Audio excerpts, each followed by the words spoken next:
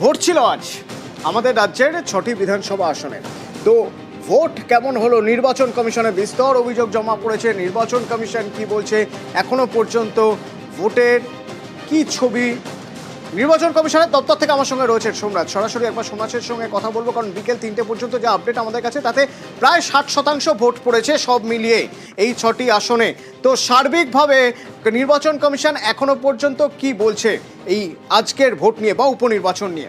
দেখো, লোকসভা নির্বাচনের পর থেকেই বিধানসভা নির্বাচন, বিশেষ করে উপনির্বাচনগুলি শান্তিপূর্ণভাবে পরিচালনা করা কমিশনের কাছে অবশ্যই একটা চ্যালেঞ্জ ছিল। আর আজকে এখনো পর্যন্ত যে 6টি বিধানসভা কেন্দ্রের উপনির্বাচন তা মোটের ওপর নির্বিঘ্নেই হয়েছে, তেমনটাই কমিশন জানাচ্ছে।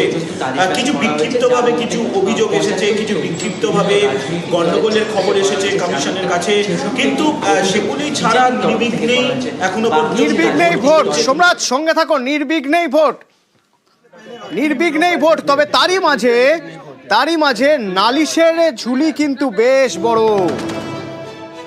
রেকর্ড নালিশ বিজেপির উপনির্বাচনে। কমিশনে রাজনৈতিক দলগুলি মোট 75টি অভিযোগ দিয়েছে, যার মধ্যে 66টি অভিযোগই বিজেপির।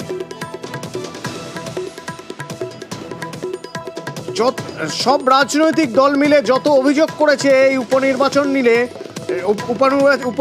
নিয়ে, তার মধ্যে সিংহভাগই বিজেপির। সোমরাজ রয়েছে আমার সঙ্গে। সোমরাজ একটু জানি যে অভিযোগ বিজেপির 66টি অভিযোগ, এই সব অভিযোগ নিয়ে কমিশন কি বলছে?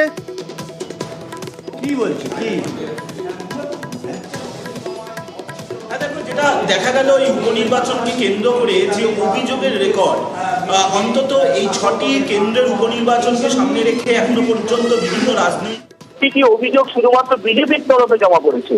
আর বিজেপির তরফে যে 66টি অভিযোগ জমা পড়েছে এই 6টি কেন্দ্রের উপনির্বাচনকে সামনে রেখে, তার মধ্যে বেশিরভাগ অভিযোগই সারবত্তা পেল না নির্বাচন কমিশন।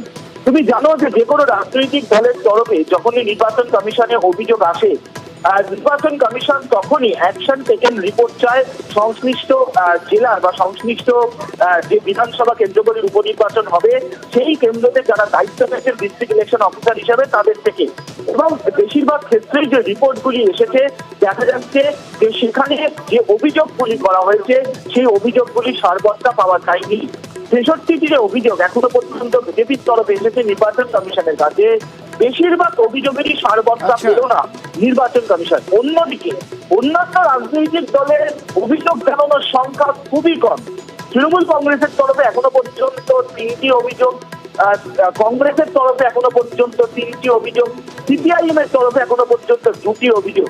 অর্থাৎ বাকি বিজেপি বাদে বাকি রাজনৈতিক দলগুলির অভিযোগের সংখ্যা খুবই কম, কিন্তু সব থেকে বেশি অভিযোগ বিজেপির তরফে এলো। আর সেই অভিযোগগুলির প্রেক্ষিতে যখন অ্যাকশন টেকেন রিপোর্ট চায় কমিশন, সেই রিপোর্টেই সেই অভিযোগগুলির কোনো সারবত্তাই পেল না কমিশন। ধন্যবাদ।